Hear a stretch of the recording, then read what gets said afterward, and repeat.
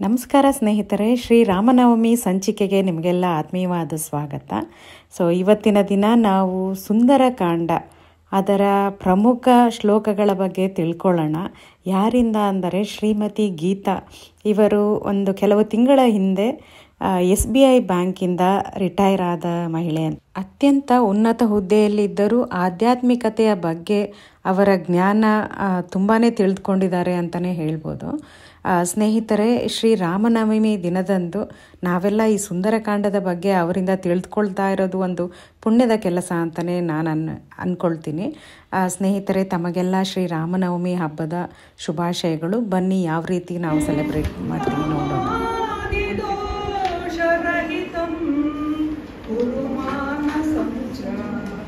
ಓಂ ಶ್ರೀ ಸೀತಾ ಲಕ್ಷ್ಮಣ ಭರತ ಶತ್ರುಘ್ನ ಸಮೇತ ಶ್ರೀರಾಮಚಂದ್ರ ಪರಬ್ರಹ್ಮಣೇ ನಮಃ.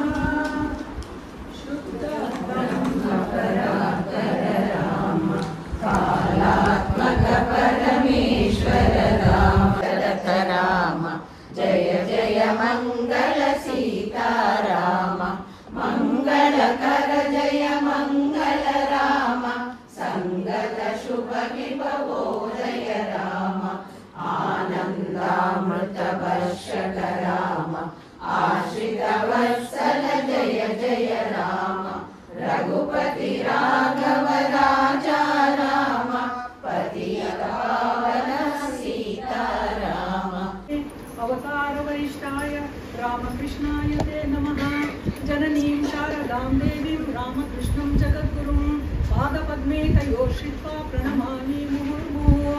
ನಮಃ ಶ್ರೀಯತಿ ರಾಜಾಯ ವಿವೇಕಾನಂದ ಸೂರಯೇ ಸಚ್ಚಿತ್ ಸುಖ ಸ್ವರೂಪಾಯ ಸ್ವಾಮಿನೇ ತಾಪಹಾರಿಣೇ. ರಾಮಾಯ ರಾಮಭದ್ರಾಯ ರಾಮಚಂದ್ರಾಯ ವೇಧಸೇ ರಘುನಾಥಾಯ ನಾಥಾಯ ಸೀತಾಯ ಪತಯೇ ನಮಃ. ಯತ್ರ ಯತ್ರ ಗುಣಾತ ಕೀರ್ತನಂ ತತ್ರ ತತ್ರ ಕೃತಮಸ್ತಕಾಂಜಲಿಂ ಬಾಷ್ಪವಾರಿ ಪರಿಪೂರ್ಣಲೋಚನಂ ಮಾರುತಿಂ ನಮತ ರಾಕ್ಷಸಾಂತಕಂ. ಕೂಜಂತಂ ರಾಮ ರಾಮೇತಿ ಮಧುರಂ ಮಧುರಾಕ್ಷರಂ ಆರುಹ್ಯ ಕವಿತಾಶಾಖಾಂ ವಂದೇ ವಾಲ್ಮೀಕಿ ಕೋಕಿಲಂ. ಈಗ ಶ್ರೀಮದ್ ವಾಲ್ಮೀಕಿ ರಾಮಾಯಣ ಈ ರೀತಿ ಆರಂಭ ಆಗ್ತದೆ.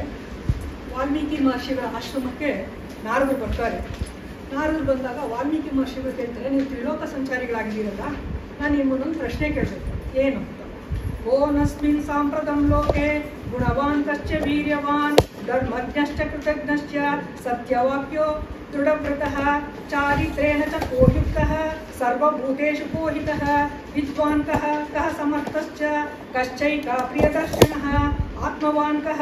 ಚಿತ್ರದಲ್ಲಿ ಹುಟ್ಟಿದ ದಶರಥ ಮಹಾರಾಜನ ಪುತ್ರನಾದ ರಾಜ ರಾಮಚಂದ್ರ ಅಂತ ಅಯೋಧ್ಯೆಯಲ್ಲಿ ರಾಜ್ಯ ಆಡ್ತಾ ಇದ್ದಾನೆ. ಈಗಿದ್ದಾನೆ ಅವನು.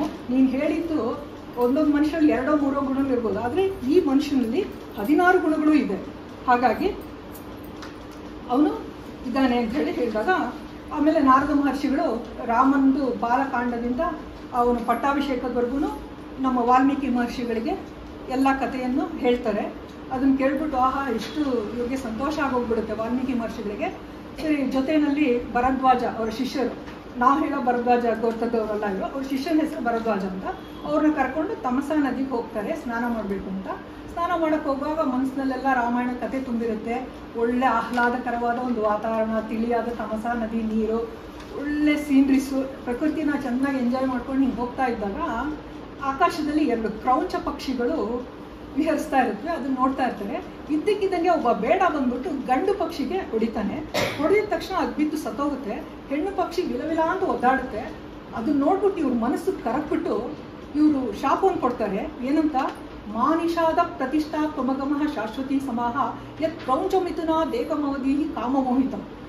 2 ಹಕ್ಕಿಗಳು ಕಾಮಪರುಷರಾಗಿದ್ದಾಗ ಗಂಡನ್ನು ಕೊಂದ್ಬಿಟ್ಟು ಹೆಣ್ಣಿಗೆ ನೀನು ವಿಲಪಿಸುವಂತೆ ಮಾಡಿದ್ಯಲ್ಲ, ಬೇಡನೆ, ನೀನು ಜಾಸ್ತಿ ದಿವಸ ನೀನು ಭೂಮಿ ಮೇಲೆ ಇರಬೇಡ ಅಂತ ಶಾಪ ಕೊಟ್ಟಿರ್ತಾರೆ.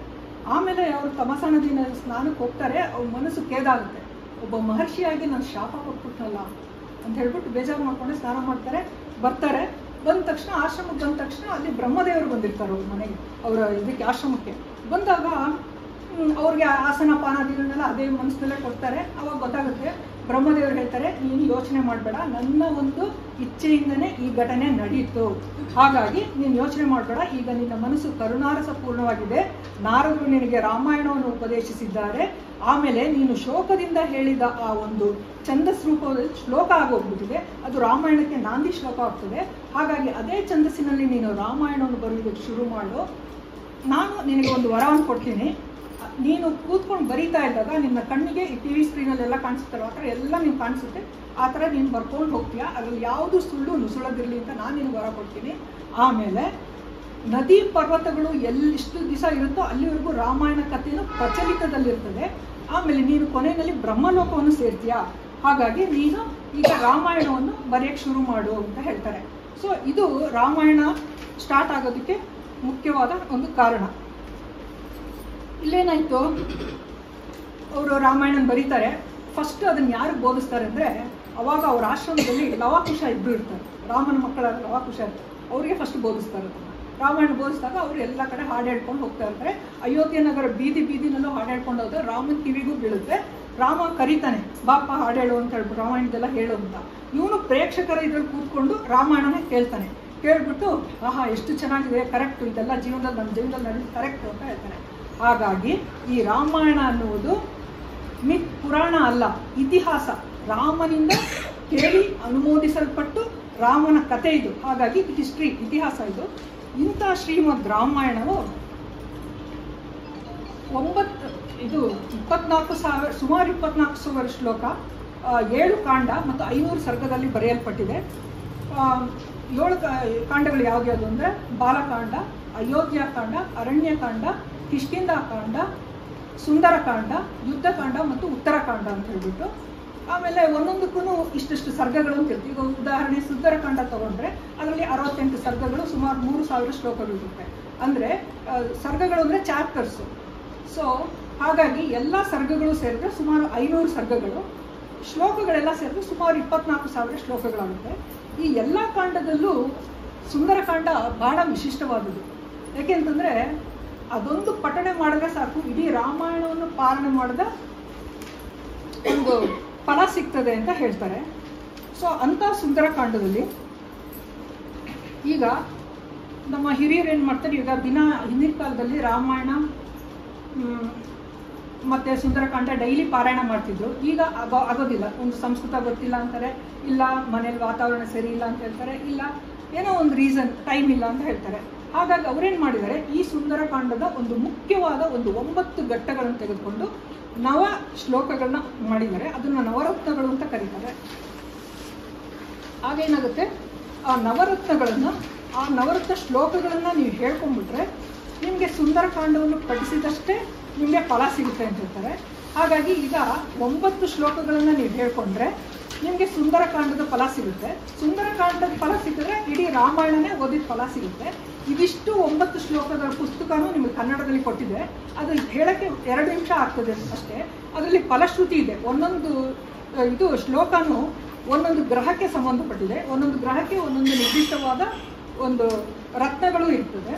ಸೊ ನಿಮ್ಗೆ ಯಾವ್ಯಾವ್ದು ಪ್ರಾಬ್ಲಮ್ ಇರುತ್ತೋ ಆ ಶ್ಲೋಕನ ನೀವು ದಿನಕ್ಕೆ 9 ಸಲ, ಇಲ್ಲ 21, ಇಲ್ಲ 108 ಸಲ 68 ದಿವಸಗಳ ಕಾಲ ಒಂದು ಸಂಕಲ್ಪ ಮಾಡ್ಕೊಂಡು, ನೋಡಪ್ಪ ನನಗೆ ಈ ಥರ ಬೇಕಾಗಿದೆ, ಈ ಸಂದರ್ಭದಲ್ಲಿ ನಾನು ಈ ಸಂಕಲ್ಪ ಮಾಡ್ಕೊಳ್ತಾ ಇದ್ದೀನಿ, ನನಗೆ ಈ ಪ್ರಾಬ್ಲಮ್ ಸಾಲ್ವ್ ಆಗಬೇಕಾಗಿದೆ ಅಂದ್ಬಿಟ್ಟು ದೇವರ ಹತ್ರ ನೀವು ನಂಬಿಕೆಯಿಂದ ಇದನ್ನು ಸ್ಟಾರ್ಟ್ ಮಾಡಿದ್ರೆ ನಿಮಗೆಲ್ಲ ಕೆಲಸಗಳು ಸಕ್ಸಸ್ ಆಗುತ್ತೆ ಅಂತ ಸಕ್ಸಸ್ ಆಗಿರೋರು ಹೇಳಿದ್ದಾರೆ. ಹಾಗಾಗಿ ಈಗ ಒಂದೊಂದೇ ಇದನ್ನು ನೋಡ್ಕೊಂಡು ಹೋಗೋಣ. ಆದರೆ ಒಂದು ಮಾತ್ರ ಸತ್ಯ, ಯಾವುದೇ ಶ್ಲೋಕ, ಯಾವುದೇ ನೀವು ಇದು ಮಾಡಿರಿ, ಇಲ್ಲಿ ರಾಮಾಯಣದಲ್ಲಿರೋದೆಲ್ಲ ಮಂತ್ರಗಳು, ಅವು ಬರೀ ಶ್ಲೋಕಗಳಲ್ಲ. ಏಕೈಕ ಅಕ್ಷರಂ ಪ್ರೋಕ್ತಂ ಮಹಾಪಾತಕ ನಾಶನಂ ಅಂತ ಹೇಳ್ತಾರೆ. ಒಂದೊಂದು ಅಕ್ಷರನೂ ನಿಮಗೆ ಮಹಾಪಾತಕವನ್ನೇ ನಾಶ ಮಾಡುವಂಥ ಶಕ್ತಿ ಇರುತ್ತೆ. ಸೊ ಇದು ಸಾಧಾರಣ ಇದೆಲ್ಲ, ಇದು ಮಂತ್ರಗಳು. ನಂಬಿಕೆಯಿಂದ ಹೇಳಬೇಕು ಅಂತ ಹೇಳ್ತಾರೆ.